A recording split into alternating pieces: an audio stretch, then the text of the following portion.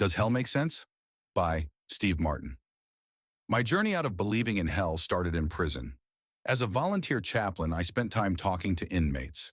Many were repeat offenders, following in the footsteps of fathers who had also been in and out of prison.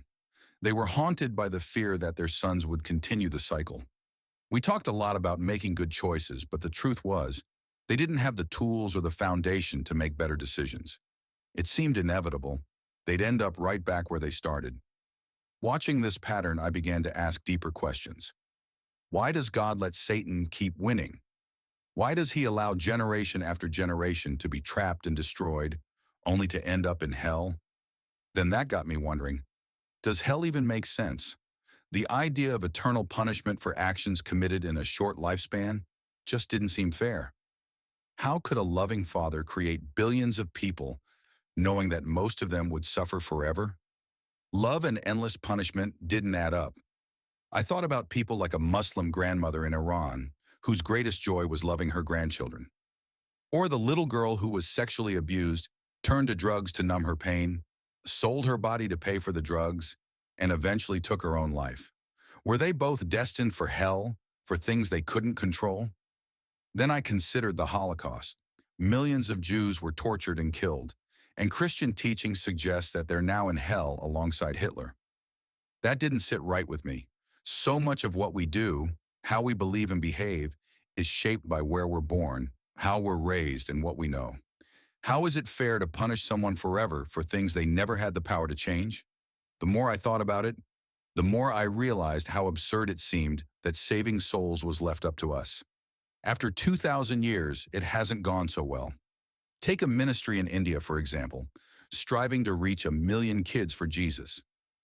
It's an incredible goal, but it represents only 0.0714% of the population.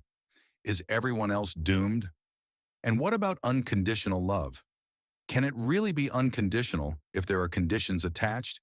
If Jesus died for all sin, why would eternal punishment still exist for anyone?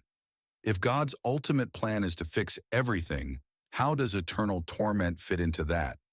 Hell just didn't make sense anymore. It seemed like a terrible, nonsensical idea. But logic alone wasn't enough for me. I needed answers. So I dug into the Bible, reading different translations, studying the original languages, and devouring books on the topic. I won't bore you with all the theological details. You can find plenty of resources for that. But here's what I discovered. My deepest questions lined up with Scripture. God isn't cruel. He's love, our Father, and He's in control. What I came to realize was this. Life isn't a test, it's preparation. Eternal torture? That's a human invention, not God's plan.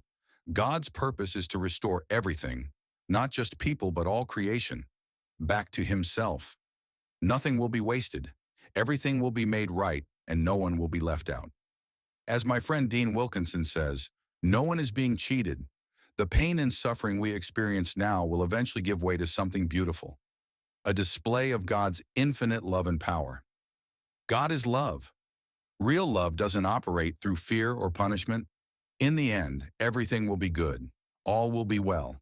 The salvation of all? It doesn't just make sense. It's the only thing that truly does. Everything starts with God, moves through God, and returns to God, always.